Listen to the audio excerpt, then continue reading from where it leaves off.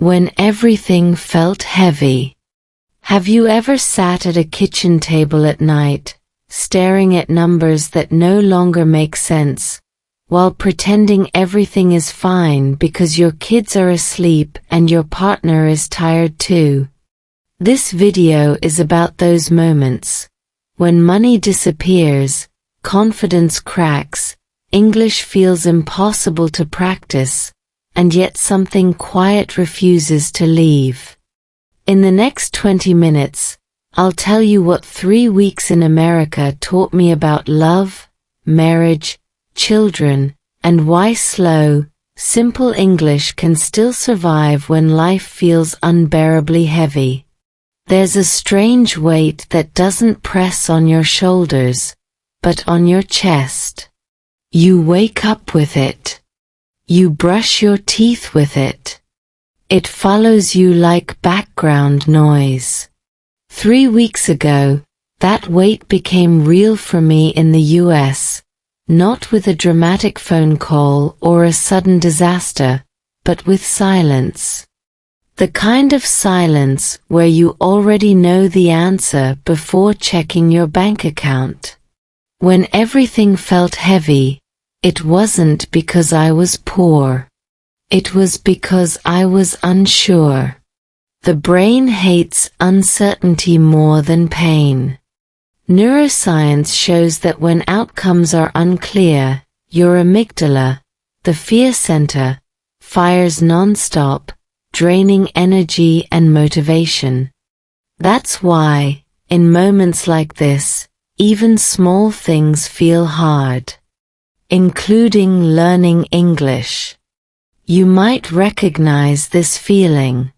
You tell yourself, I'll practice tomorrow, but tomorrow arrives carrying the same weight. Listening feels tiring. Speaking feels embarrassing. Reading feels slow. Not because you're bad at English, but because your brain is busy trying to protect you from imagined danger. Basically, your nervous system is overreacting like a smoke alarm triggered by burnt toast. In my case, the toast was money. Or rather, the lack of it. I remember standing in a grocery store aisle, calculating prices in my head, converting dollars back into something familiar, while my kids argued softly about cereal. My partner looked at me, not asking questions, just waiting. That look said everything. Love doesn't always speak in words. Sometimes it speaks in pauses. At that moment, English surrounded me. Labels. Conversations. Announcements over the speaker. Real-life English. And I realized something uncomfortable. This was exactly the kind of environment people say is perfect for learning a language. But no one tells you how hard it is to learn when your heart feels heavy. Psychology calls this cognitive load. When emotional stress increases, working memory decreases. That means your brain literally has less space to process new language. So if you've ever felt guilty for not trying hard enough, here's the truth. Your brain wasn't lazy. It was overloaded. Back home that night, after the kids finally slept, we sat quietly. No dramatic fight. No motivational speech. Just exhaustion. Marriage under pressure doesn't always look like movies. Sometimes it looks like two people sharing silence because words cost energy they don't have. I opened my notebook anyway. Not to study grammar. Just to write one sentence. A very simple one. Today was hard, but we are still here. Short. Slow. Honest. That sentence became my anchor. Not because it improved my English overnight, but because it reconnected language with real life. Research in language acquisition shows that emotional relevance increases retention. When words matter to your life, your brain treats them differently. They stick. You see, when everything feels heavy, motivation doesn't come from big goals. It comes from small truths. From saying, "I'm still here." From noticing that love didn't leave with the money. That my children still laughed. That my partner still reached for my hand without asking if we'd be okay. And here's the quiet irony. English didn't leave either. It just waited. Patiently. Like a friend who understands you're having a rough week and doesn't demand anything fancy. If you're watching this while feeling stuck, tired, or close to giving up, let me say this slowly: you are not broken. Your brain is protecting you. Your heart is tired, not empty. And learning English doesn't have to be another burden. Sometimes, the first step isn't try harder. It's stay. Because when everything feels heavy, what matters isn't how fast you move. It's what stays with you when you stop running. And that question, what stayed when the money was gone, was only beginning to reveal its answer.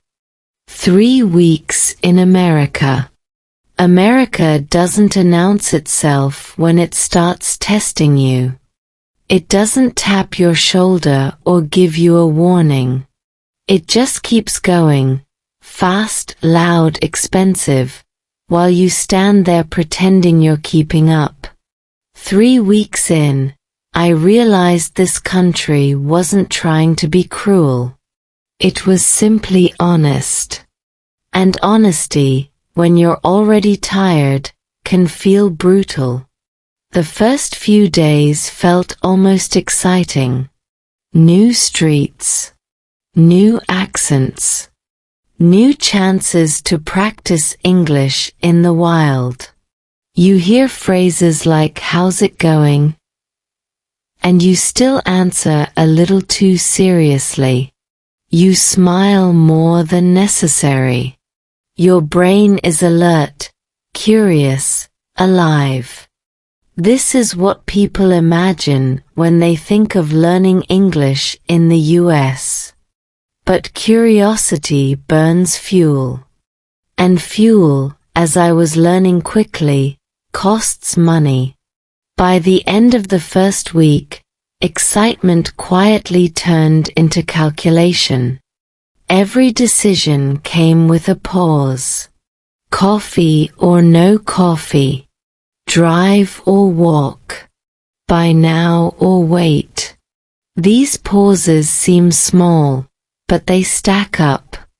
Behavioral psychology calls this decision fatigue. The more choices you make under pressure, the worse your decisions become, and the less energy you have left for anything else, including learning. That's when English started to feel different. Conversations moved too fast. My listening felt blurry, like trying to hear underwater. When someone spoke casually, my brain translated late. When they joked, I smiled half a second after everyone else. Not because my English was bad, but because stress delays processing speed.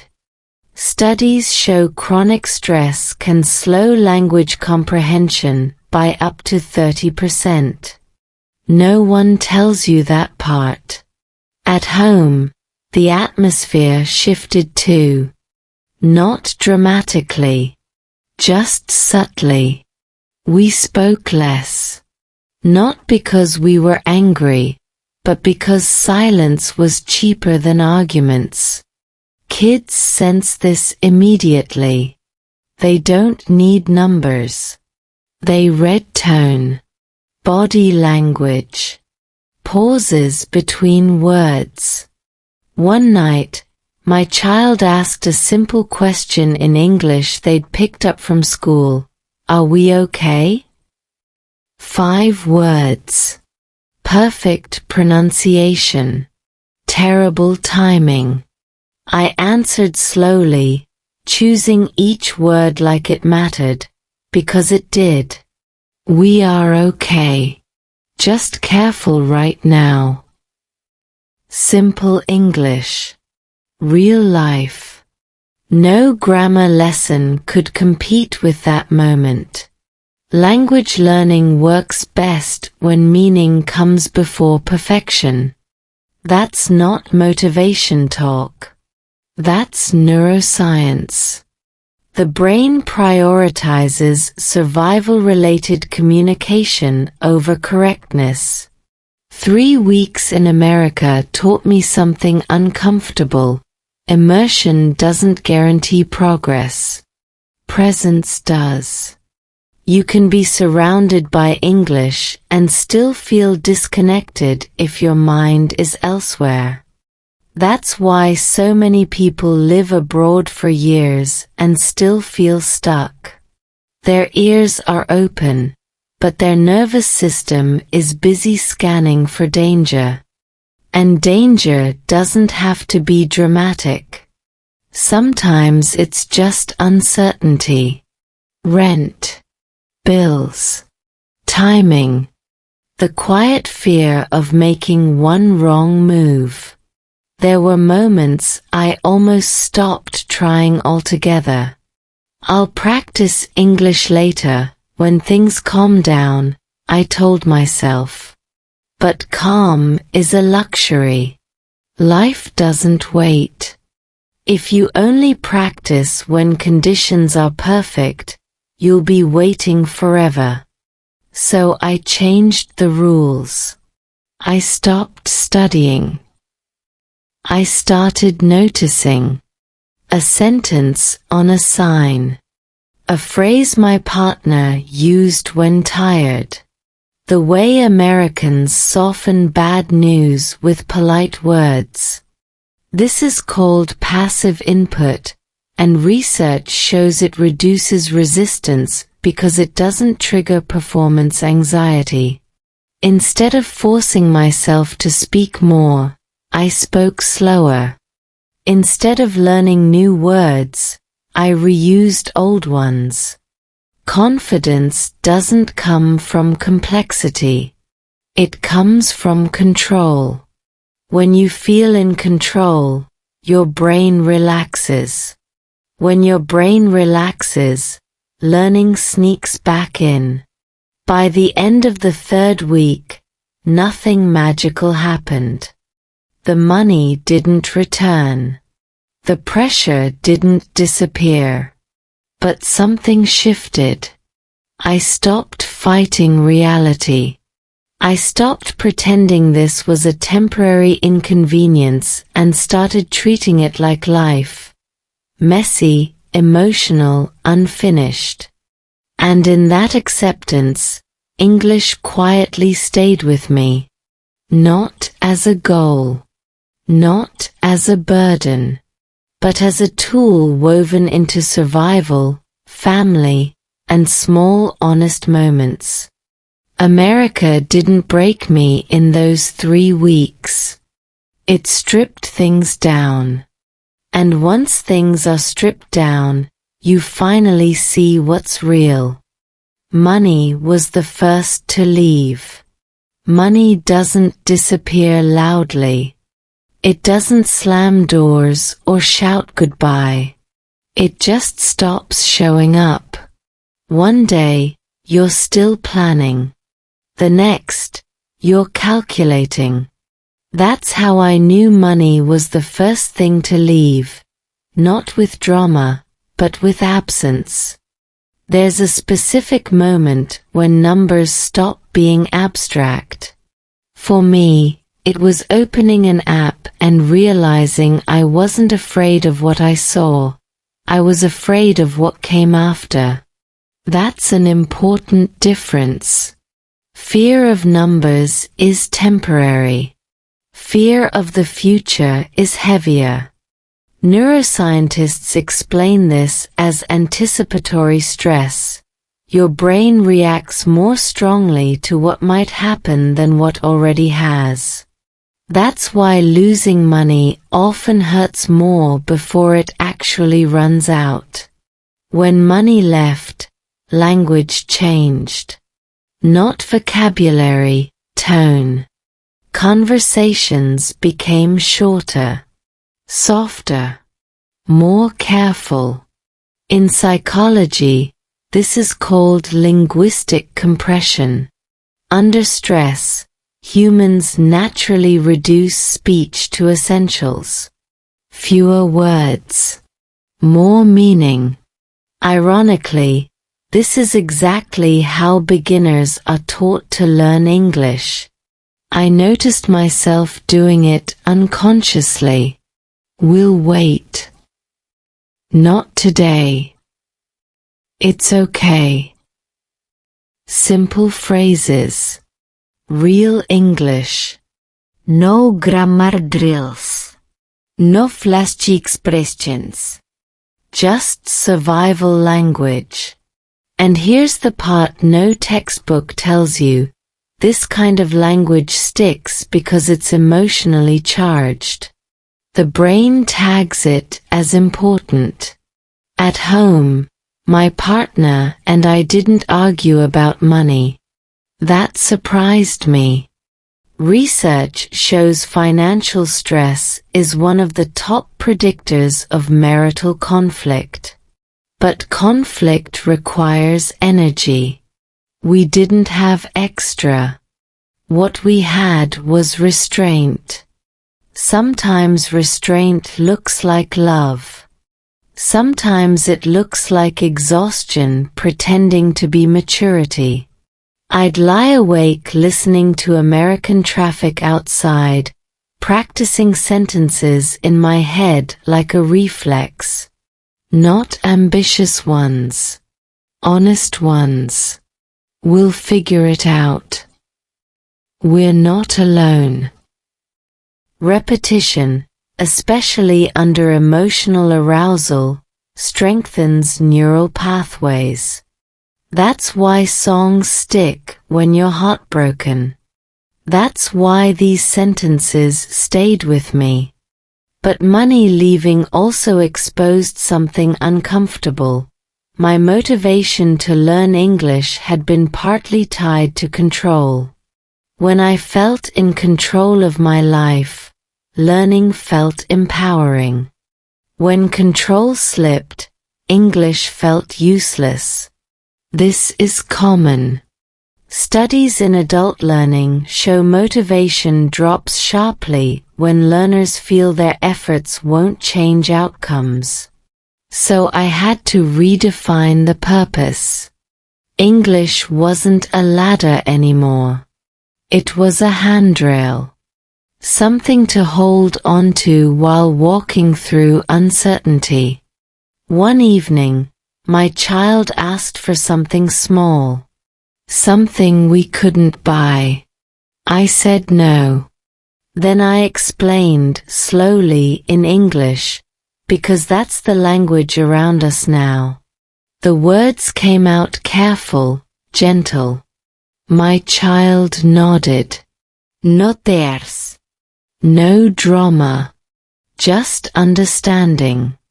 That moment rewired something in me. Language wasn't about success. It was about connection. And connection doesn't require money. When money was the first to leave, it took illusion with it. The illusion that comfort creates strength. What stayed was adaptability. Quiet teamwork. The ability to speak less and mean more. And that's the paradox. Losing money didn't silence us. It simplified us. And in that simplicity, English became clearer, not harder. Because when resources disappear, the brain stops decorating reality. It tells the truth. And truth, in any language, is surprisingly easy to remember. Love under quiet stress. Stress doesn't always explode. Sometimes it settles.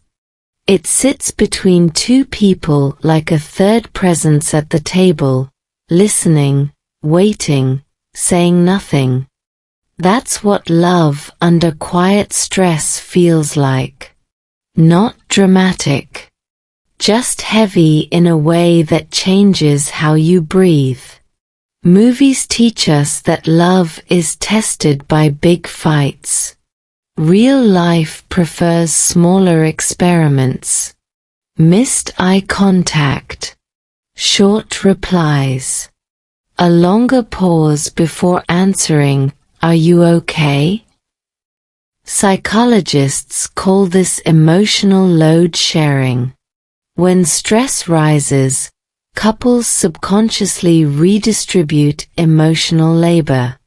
One person holds more silence. The other holds more hope. Neither is wrong. Both are tired. In those weeks, my partner and I spoke in fragments. Not because we didn't care, but because words felt expensive. English made this even more interesting. When you're not fluent, you already choose words carefully. Under stress, that carefulness doubles. The result is language stripped of decoration. Just meaning. Later. It's fine. We'll see. These phrases sound empty on paper. In real life, they carry weight. Linguists call this pragmatic meaning, the emotional context that fills the gaps words leave behind. And for language learners, this is gold.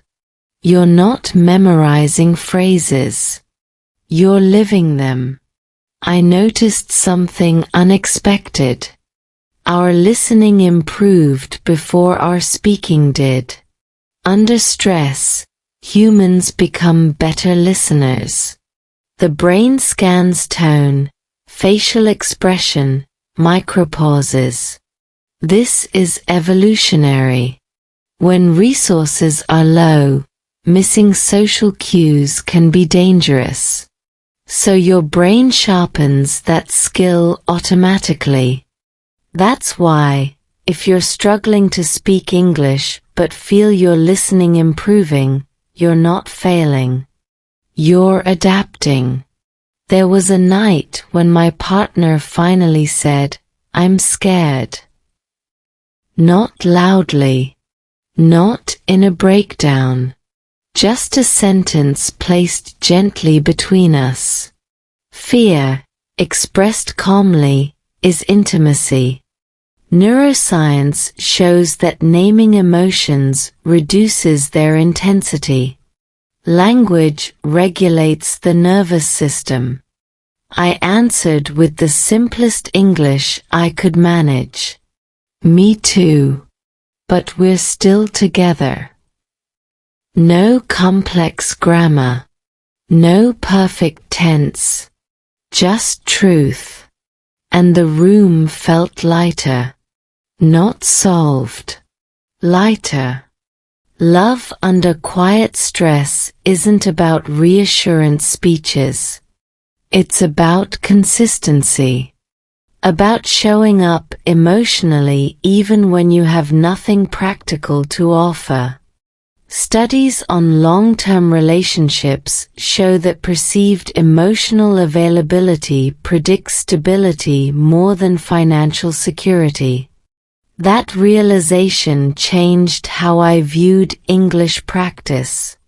I stopped treating mistakes as failures. I treated them as presents. Being understood mattered more than being correct. And ironically, that reduced my fear of speaking. When fear drops, fluency rises. That's not motivational talk. That's physiology. Stress tightens muscles, including the ones used for speech. Ever notice your voice sounds different when you're anxious? That's because the vagus nerve, which connects emotional state to vocal control, is under pressure. Slower speech physically calms it. That's why speaking slowly isn't just good for learners, it's good for humans. So we slowed everything down. Conversations, expectations, language, love. And something stayed. Not excitement, not certainty, but trust. Trust that even under pressure, we could still listen, still speak, still choose each other. Quiet stress didn't break love. It revealed its shape. Smaller than romance. Stronger than noise. Marriage without backup plans. Imagine driving at night and suddenly realizing your GPS has stopped working. Not frozen, not broken, just silent. The road is still there. The car still moves. But the comforting voice that says turn left in 300 meters is gone. That's what marriage without backup plans feels like. You're still together. You're still moving. But there's no reassuring signal telling you everything will be fine. When the money was gone, backup plans left with it. No emergency fund. No clear timeline. No if this fails, we'll do that. Just two adults, a family, and a present moment that refused to explain itself. Psychologists call this radical uncertainty, and the human brain hates it. Studies show that people prefer a guaranteed negative outcome over an uncertain one, because certainty gives the nervous system something to hold on to. Marriage under these conditions becomes quieter. Not weaker, quieter. Decisions shrink. You stop talking about next year. You stop planning vacations you can't picture. You talk about tonight. About tomorrow morning. About what needs to be done in the next hour. And here's the strange part. This is when marriage becomes very real. Without backup plans, there's no performance. You're not handling things well. You're just handling them. No speeches. No dramatic premises. Just showing up. Relationship research shows that in long-term partnerships, reliability beats intensity.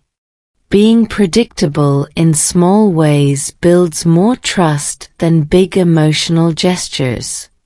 English slipped into this space naturally. Not as practice, but as necessity.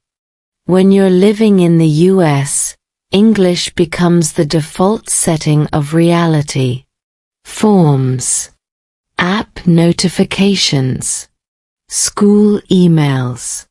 Medical instructions. Under normal conditions, this feels manageable. Under stress, it feels relentless. There were moments I wanted to shut it all out.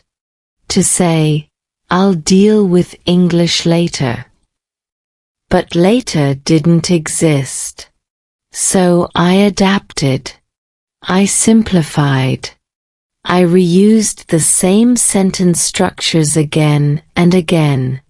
Linguists call this formulaic language, and it's how fluency actually grows. You don't build from complexity. You build from repetition under real conditions. Marriage without backup plans forces emotional efficiency. You stop over-explaining. You stop arguing about hypotheticals. You focus on what's true right now. That's why communication often improves, even as life gets harder. Less noise. More signal. One night, my partner asked a question that sounded small but wasn't. Do you regret coming here? That question held everything. Fear. Guilt. Hope. Exhaustion. I didn't answer quickly. Silence in relationships isn't always avoidance. Sometimes it's processing. Neuroscience shows that emotional regulation requires time for the prefrontal cortex to engage. Quick answers under stress are often defensive. Slow answers are honest. I said slowly in simple English, I regret how hard it is. I don't regret us. That sentence wasn't elegant. But it was accurate. Accuracy builds trust faster than eloquence. Marriage without backup plans teaches you something uncomfortable. Love isn't reinforced by safety nets. It's revealed by their absence. When there's no external guarantee, the relationship either becomes transactional, or it becomes intentional. Intentional doesn't mean happy. It means chosen. Learning English in this state changes too. You stop chasing progress. You start chasing clarity. You want words that work. Words that reduce misunderstanding. Words that don't create extra emotional labor. This aligns with cognitive psychology. Under stress, the brain prioritizes error reduction over novelty. You want fewer mistakes, not fancier expressions. So if you feel like your English is stuck because you keep using basic sentences, consider this. Your brain is optimizing for survival communication. That's not failure. That's intelligence. There's also something deeply humbling about marriage without backup plans. You stop pretending you're in control. Control is a luxury belief.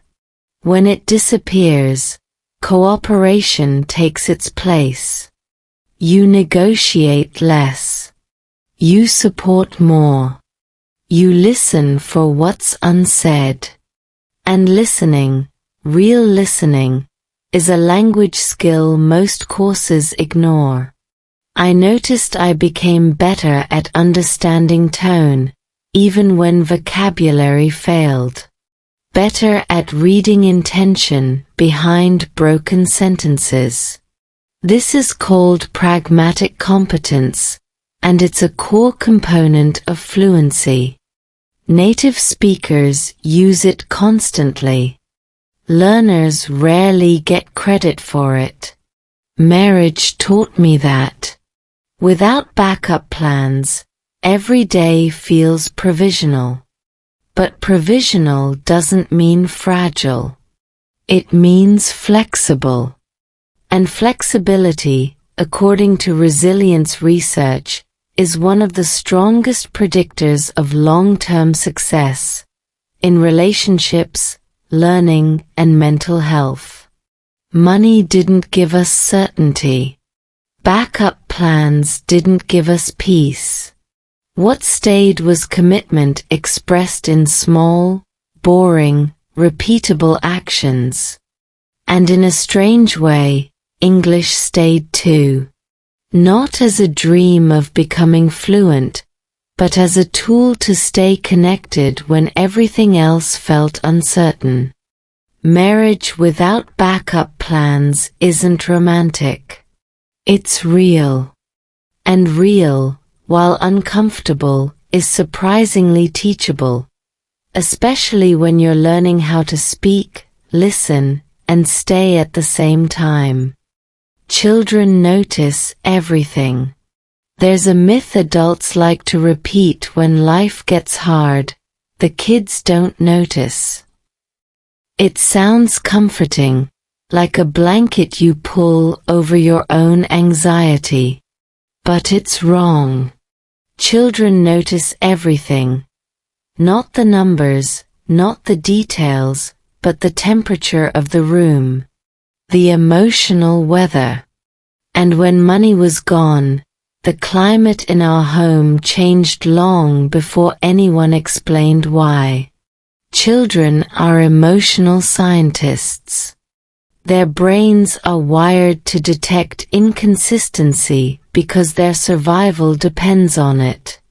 Research in developmental psychology shows that kids pick up stress through tone of voice, facial tension, and changes in routine long before they understand language itself. So even when we tried to act normal, they already knew something was different. What surprised me was how calmly they responded. They asked fewer questions. They argued less. They watched more. This is a known pattern called role sensitivity. When children sense instability, they often reduce their own needs to protect the system they depend on. It looks like maturity. It is, but it comes at a cost. One afternoon, my child corrected my English. Gently, casually, not to show off, just to help. "You say it like this," they said, smiling. "No judgment. No embarrassment. Just cooperation." That moment hit harder than any bill. Children don't care about fluency. They care about connection. And connection doesn't require perfect grammar. It requires attention. When you're present, children forgive mistakes instantly. That's a lesson most adult language learners forget.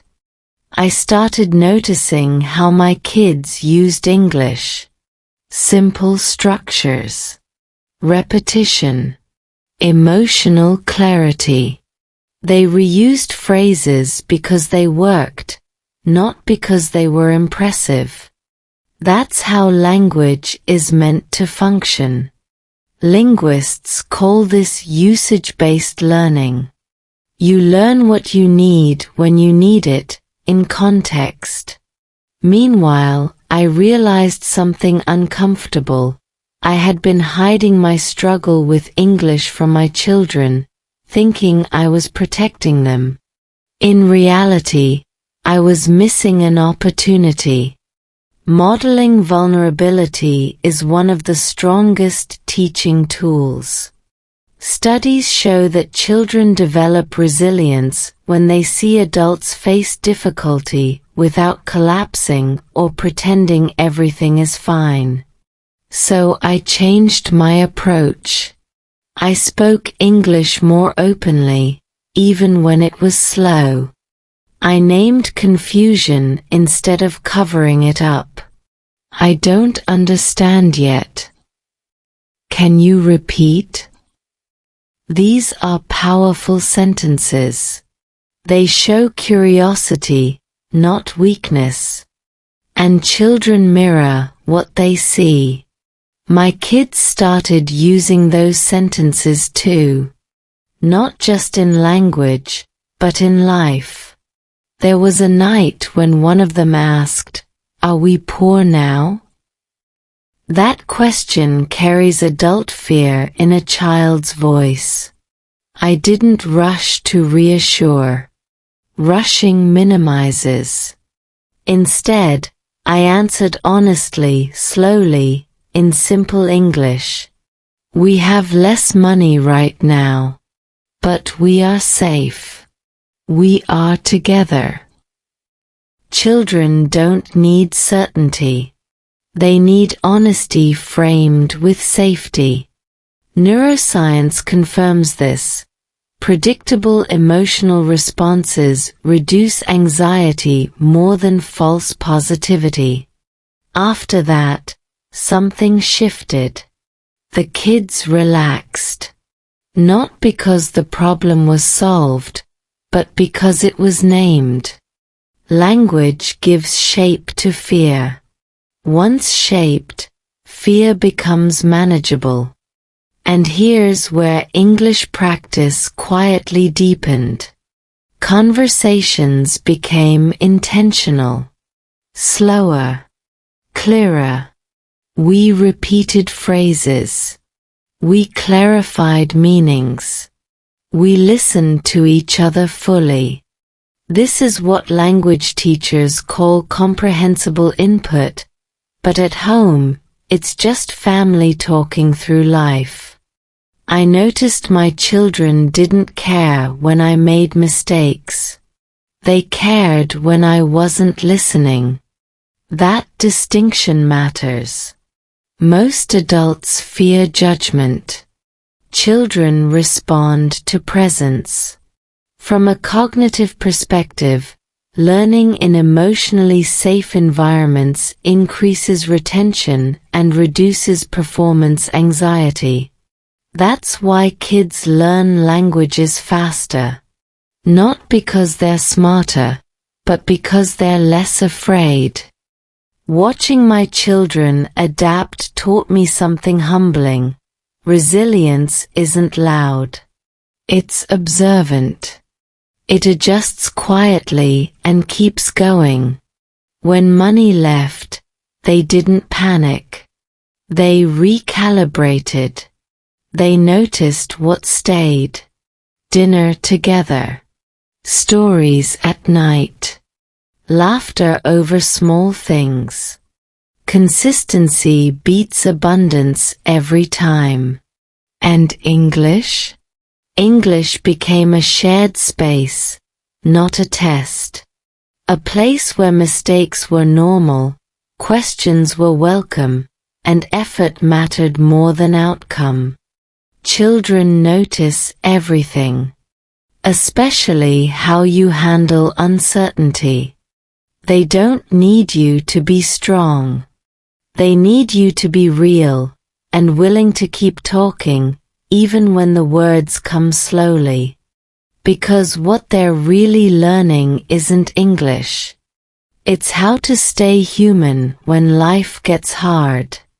Simple English, real life. Try this thought experiment. Imagine your phone battery is at 5%, the screen is cracked, and you still need it to get home. You don't open new apps. You don't update software. You do one thing only, keep it alive. That's what simple English becomes when life is heavy. Not a skill to improve, but a system to survive. During those weeks, my English didn't grow bigger. It grew narrower and stronger. I stopped reaching for better words and started trusting the ones that already worked. Research in applied linguistics shows that under stress, language users naturally revert to high-frequency structures. This isn't regression. It's efficiency. Simple English is not broken English. It's compressed meaning. In real life, people don't speak in full paragraphs. They speak in signals. Tone. Timing. Intention.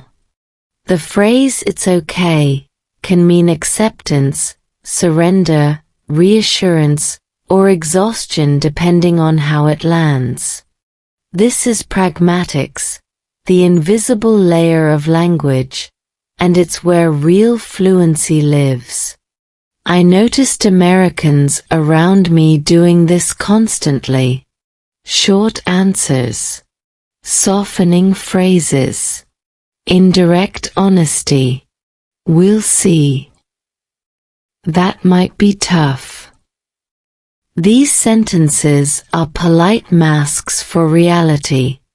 And when you're learning English, recognizing these patterns matters more than memorizing idioms. At home, English became practical. We used it to manage emotions, not impress anyone. "I need a minute. Can we talk later?" I'm tired. These are survival phrases. According to cognitive load theory, reducing linguistic complexity frees mental resources for emotional regulation. In other words, simple English helps you stay calm. I practiced listening more than speaking. Listening without translating every word. Listening for rhythm. Stress. Intention. Neuroscience shows that the brain processes prosody, melody of speech, before meaning. That's why you can feel sarcasm even when you don't understand the sentence.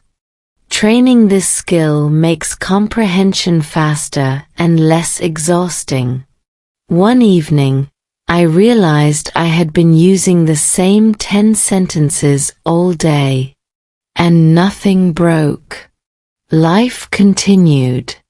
Communication worked. That realization was freeing. Language learning culture often pushes expansion. More words, more rules, more complexity. But contraction builds confidence. Confidence changes how your brain learns. When you feel capable, dopamine increases. Dopamine enhances memory formation. That's biology, not motivation talk. Simple English also removed fear of mistakes.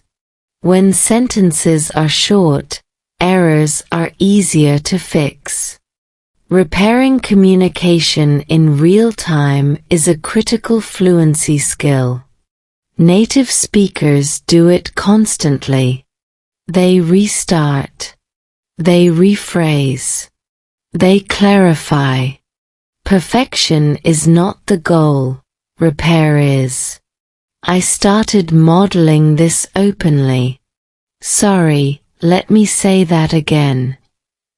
That's not the word I want." These phrases normalize imperfection. They also signal respect to the listener. Communication is cooperative, not performative. And something unexpected happened. My English sounded more natural. Not more advanced, more human. Short sentences breathe. They give space. They invite response. Studies in conversational analysis show that shorter turns increase engagement and reduce misunderstanding, especially in emotionally charged situations. This mattered in my family. When money was gone, misunderstandings were expensive. Emotionally, simple English minimized risk. Clear intent. Fewer assumptions. Less projection. I also noticed how simple English helped with self-talk. The words you use internally shape emotional response. This is hard, but temporary. I can handle today. Cognitive behavioral therapy is built on this principle. Language restructures thought. Thought regulates emotion. Using simple English made those internal sentences easier to access under pressure. Complex affirmations fail when stress is high. Simple truths survive. For learners watching this, here's the quiet lesson: you don't need better English. You need usable English. English that works when you're tired, scared, or unsure. That's the English that stays. Life doesn't test you with vocabulary quizzes. It tests you with moments. A question from your child. A difficult conversation. A decision that can't wait until you feel fluent. Simple English meets you there.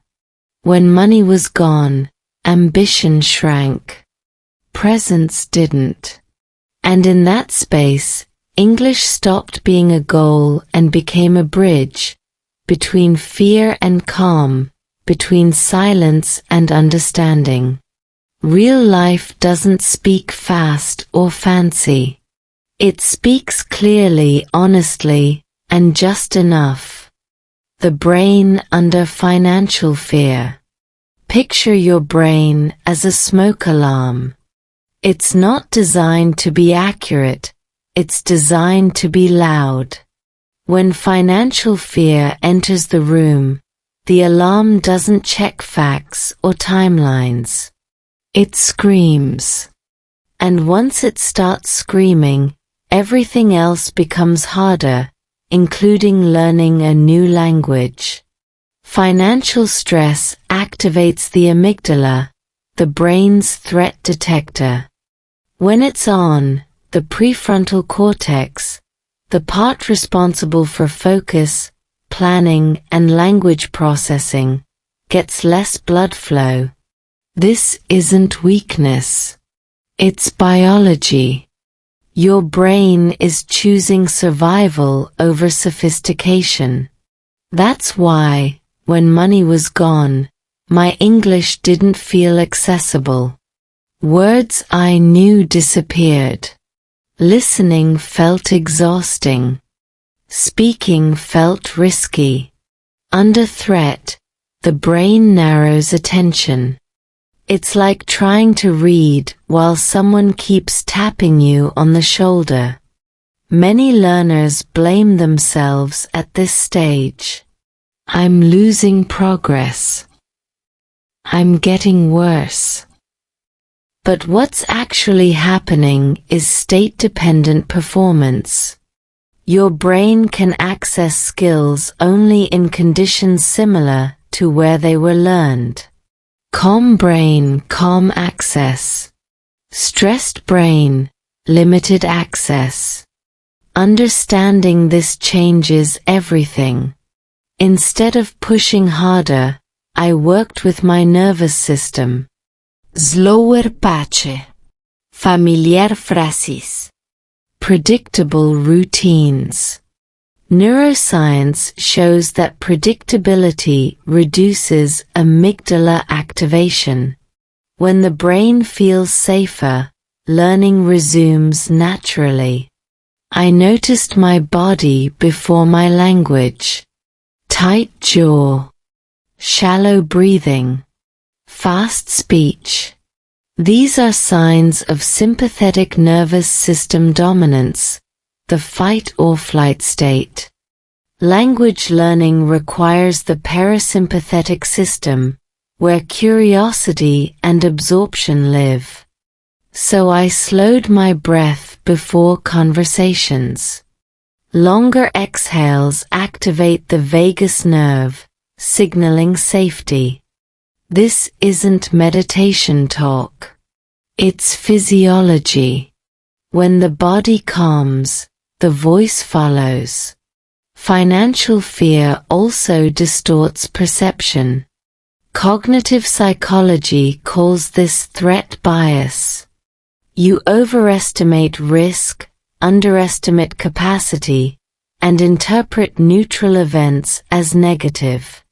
A confused look becomes judgment. A pause becomes rejection. This is why speaking English under stress feels socially dangerous. Knowing this helped me separate reality from interpretation. That person didn't understand me is different from I embarrassed myself. One is fixable. The other is a story fear tells. I started practicing micro-successes. One clear sentence. One understood response. Dopamine releases not from achievement, but from progress perception. Even tiny wins rewire motivation. At home, financial fear showed up in subtle ways. Less patience, shorter tempers, but also more honesty. Fear strips pretense. It reveals priorities. Language followed that honesty. We spoke plainly, directly. No emotion el fluff. This kind of communication is cognitively efficient. Less inference. Less guessing. Less mental load. When money is scarce, energy becomes valuable. The brain conserves it. And here's the paradox. Conserved energy improves learning capacity over time. By not forcing growth during fear, you create conditions for later expansion. This aligns with stress inoculation theory. Short-term adaptation builds long-term resilience. I also noticed that English tied to problem-solving stuck better. Calling a service line. Explaining a situation. Asking for help. Language learned in emotionally relevant contexts forms stronger memory traces. The hippocampus tags it as important. This is why real English stories work. The brain remembers what matters.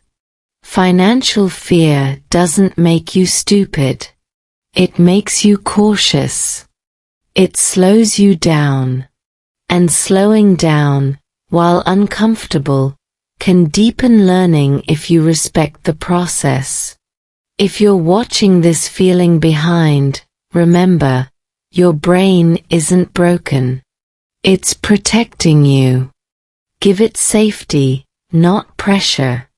Because when the alarm quiets, even slightly, language comes back online. Not louder. Clearer. Why I almost gave up English.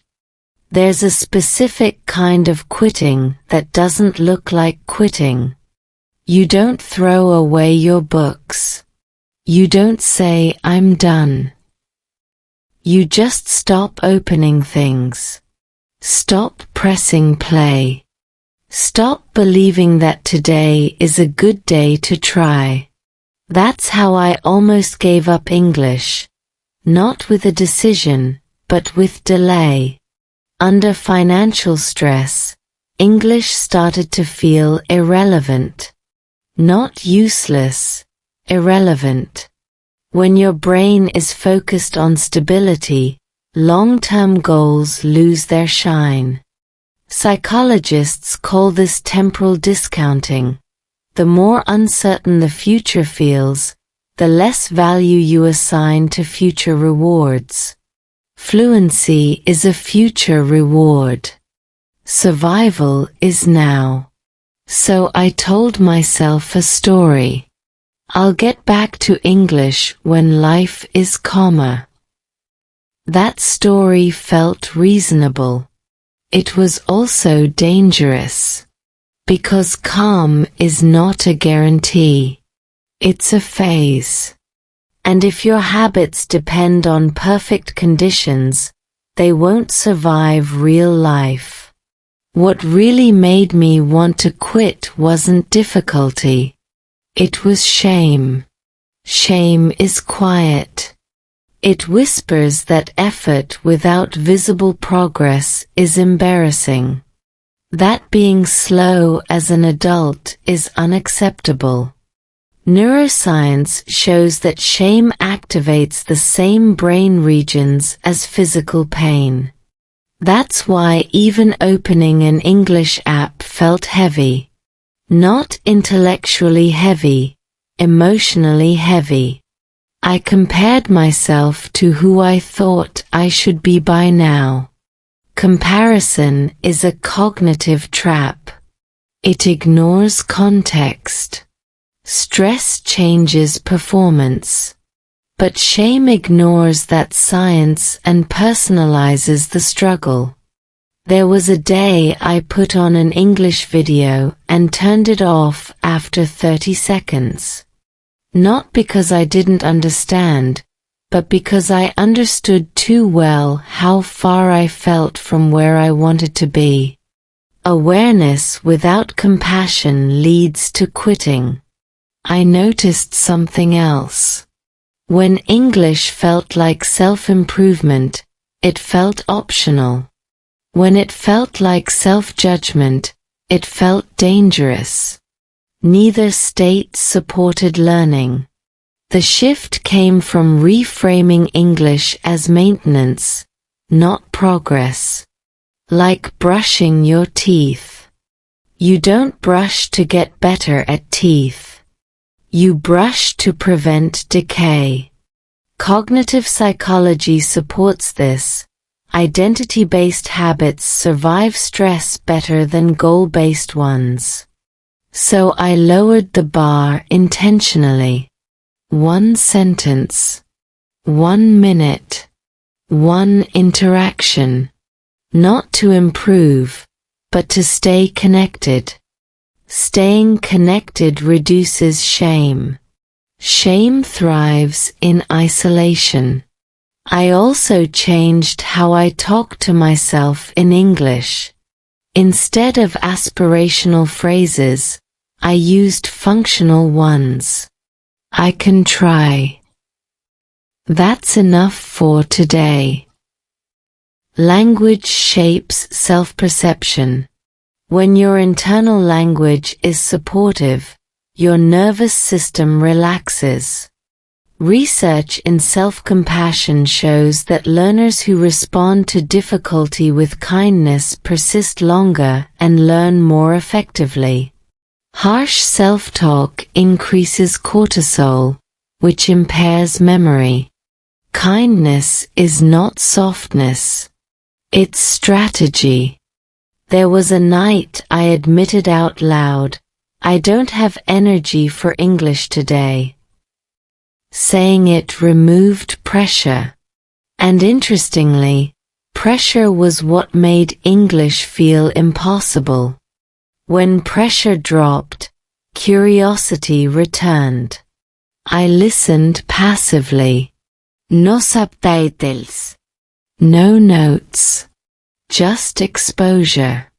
Passive input doesn't feel productive, but it keeps neural pathways warm. Like stretching instead of training. It prevents skill atrophy.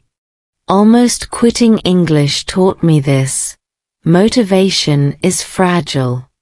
Systems are resilient. If your learning relies on feeling motivated, it will fail under stress. If it relies on being human, tired, scared, still showing up, it will survive. English stayed not because I pushed, but because I allowed it to exist imperfectly in my life. Quitting doesn't always mean leaving. Sometimes it means punishing yourself for not being faster. And when you stop doing that, language quietly stays. Small actions that held us. Big changes get credit. Small actions do the work. When money was gone, we didn't find a solution that fixed everything. What held us together were small, almost invisible behaviors repeated daily. Psychology calls these stabilizing rituals. They don't solve problems. They stabilize people so problems don't break them. Every morning looked the same. Same cheap breakfast. Same quiet routine. Predictability reduces stress hormones. The brain relaxes when it knows what's coming next. That calm made space for language. Simple, slow English woven into normal life. I stopped scheduling study time. I attached English to actions that already existed. Saying one sentence while cooking. Listening while walking. Repeating a phrase while washing dishes. This is habit stacking, a behavioral strategy shown to increase consistency under stress. One small action mattered more than I expected, reading out loud. Not fluently. Not confidently. Just audibly. Speaking activates motor memory. Hearing your own voice reinforces learning loops. Research shows that vocalization improves retention even when pronunciation is imperfect. Another action was asking for repetition without apology. Can you say that again? No embarrassment. That sentence alone removes pressure. It reframes misunderstanding as cooperation. Communication is a shared responsibility. We also slowed conversations intentionally. Pauses are not failures. They give the brain time to process. Americans pause more than learners realize. Silence is part of natural speech. Accepting it reduces performance anxiety. Emotionally, small actions looked like checking in without fixing. How are you holding up? Not, what's the plan? Emotional validation lowers cortisol. When stress drops, learning capacity increases. With the kids, we created one English moment per day. Not lessons. Moments. A story. A joke. A shared sentence. Children learn best through repetition with variation. Adults benefit from the same pattern. I wrote one sentence each night. Not journaling, documenting. Today we managed. That sentence anchored perspective. Language used for reflection strengthens autobiographical memory. It helps you see continuity instead of chaos. The science is clear. Consistency beats intensity. Neural pathways strengthen through repetition, not effort spikes. Small actions compound quietly. What held us wasn't motivation. It was structure. Loose structure, but structure nonetheless. When everything else felt uncertain, these actions provided ground. English didn't improve dramatically, but it stayed alive. and staying alive was enough. Because small actions don't ask how you feel. They ask if you can show up briefly. And most days, even when exhausted, the answer was yes. That's how we held each other. One small, repeatable action at a time. What stayed when money left? If you strip a house of furniture, you don't discover emptiness. You discover space. When money left our life, it didn't leave a void. It revealed what had been quietly holding everything up all along. And that discovery didn't arrive with relief. It arrived with clarity. What stayed was not optimism. Optimism needs evidence. What stayed was commitment, the kind that shows up even when it doesn't know why it should. Behavioral science calls this intrinsic stability, systems that continue functioning without external rewards. Families survive not because conditions are good, but because bonds are practiced daily. What stayed was routine. Not exciting routine. Boring routine. Same meals. Same walks. Same bedtime rhythm. Research on stress recovery shows that familiarity reduces cognitive load, freeing mental energy for emotional regulation. That's why routine felt comforting, not restrictive. What stayed was listening. Real listening. When money left, nobody had energy for assumptions. We asked instead of guessing. We waited instead of reacting. Listening is a skill sharpened by scarcity. When words are few, attention increases. And English stayed, but not the English of goals and timelines. The English of use. The English of "Are you okay?" and "We'll figure it out." High frequency, emotionally loaded language embeds deeper than any vocabulary list. That's how the brain remembers what matters. What stayed was humor. Not jokes, observations. Quiet irony. Laughing at how absurdly human we were under pressure. Laughter releases tension and rebalances the nervous system. Even brief moments reduce stress markers. Humor is resilience in disguise.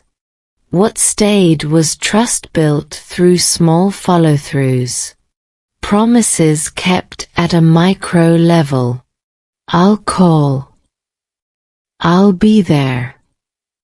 Reliability strengthens attachment more than reassurance. Psychology is clear on this. Consistency builds safety faster than words. What stayed was presence. Phones down. Conversations slower. Meals together. Presence isn't about time quantity. It's about attention quality.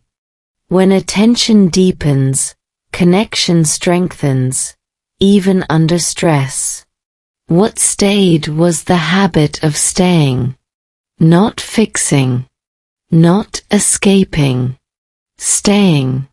That's a skill rarely taught.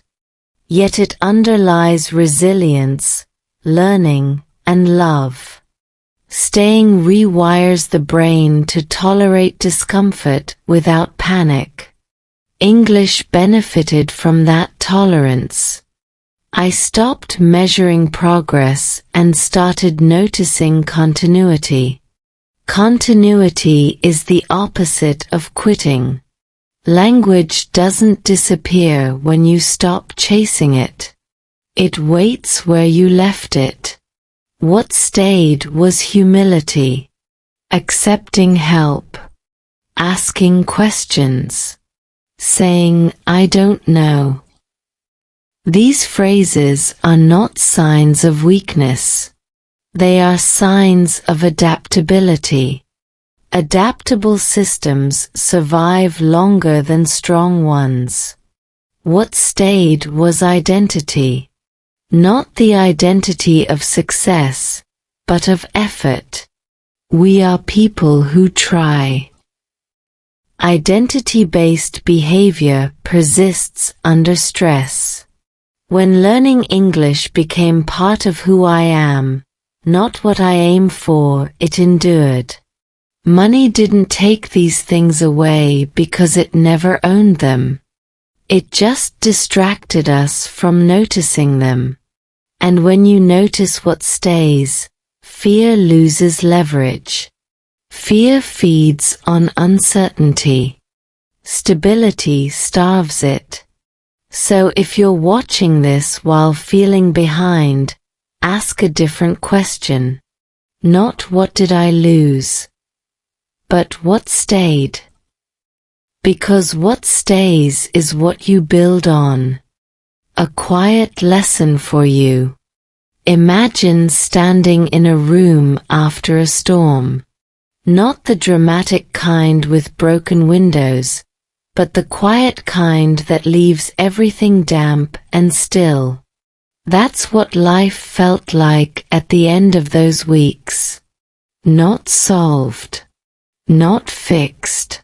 Just standing. And standing, I learned, is a skill. The quiet lesson wasn't about money. Money comes and goes. The lesson was about endurance without noise. About how people, families, and even language survive not through intensity, but through gentleness applied consistently. If you're watching this and feeling stuck with English or with life, here's the truth your brain rarely hears. Stagnation is often adaptation in disguise. When progress slows, your system is reallocating energy. Neuroscience shows that during prolonged stress, the brain prioritizes stability over growth. That's not failure. That's strategy. The problem is that modern culture doesn't respect stability. It worships growth. Faster. Better. More fluent. More successful. But growth without stability collapses. Stability without growth waits, and waiting is underrated. What I learned is simple and uncomfortable. You don't need motivation to continue. You need permission to be slow. Permission calms the nervous system. When pressure drops, curiosity returns. And curiosity is the engine of learning. Not discipline. Not guilt. Curiosity. I stopped asking myself, am I improving? And started asking, am I still here? Still listening. Still speaking when needed. Still engaging with the world in the language I'm learning. That shift changed everything. English became a companion again, not a judge. A tool, not a scoreboard. There's strong psychological evidence behind this. Self-determination theory shows that autonomy, feeling you choose to continue, predicts persistence better than external goals. When you learn because it fits your life, not because it proves something, learning sticks. So here's the quiet lesson I want to leave you with. Don't measure your journey during storms. Storms distort perception. Measure it during calm moments, when you realize you didn't quit, even when quitting would have been understandable. You might not feel inspired right now. That's okay. Inspiration is volatile. What lasts is alignment. Align English with your real life, with your family, with your emotions, with your limits. Speak English when it helps you connect. Listen when it comforts you. Read when it grounds you. Drop it when you need rest. Pick it up again without apology. That rhythm is sustainable. When money was gone, what stayed was not certainty. It was capability. The ability to adjust without collapsing. To continue without clarity. To love without guarantees. And English? English stayed because I stopped asking it to save me. I let it walk with me instead. If you're carrying pressure, let it down. If you're behind, stay anyway. If you're tired, slow down. Learning a language is not a race. It's a relationship. Relationships survive through patience, not performance. One day, you'll look back and realize you learned more during the hard parts than the easy ones. Not more vocabulary. More humanity. More trust in your ability to stay. That's the lesson money taught me by leaving. Sometimes, the most important lesson doesn't come when life gets better. It comes when nothing improves, yet you're still here. If you've made it to this moment, it means something in this story touched you. Maybe not the money, not the English, but the feeling of trying to hold a family together while learning how to keep going in a language that isn't your own. This channel isn't about perfect English. It's about real English, spoken slowly, honestly, through real stories of love, marriage, children, and survival in the United States, when life tests you quietly. If you're learning English but feel tired, lost, or close to giving up, this channel is for you. If you want slow, clear English stories that help you listen, read, and speak without pressure, stay here. If you believe learning English should feel human, not humiliating, subscribe. New real-life English stories every week. Slow, clear, emotional English for listening, reading, speaking practice. Marriage, family, life in America. Told honestly without pretending. Subscribe now, because the next story may be exactly the one you need when life feels heavy again.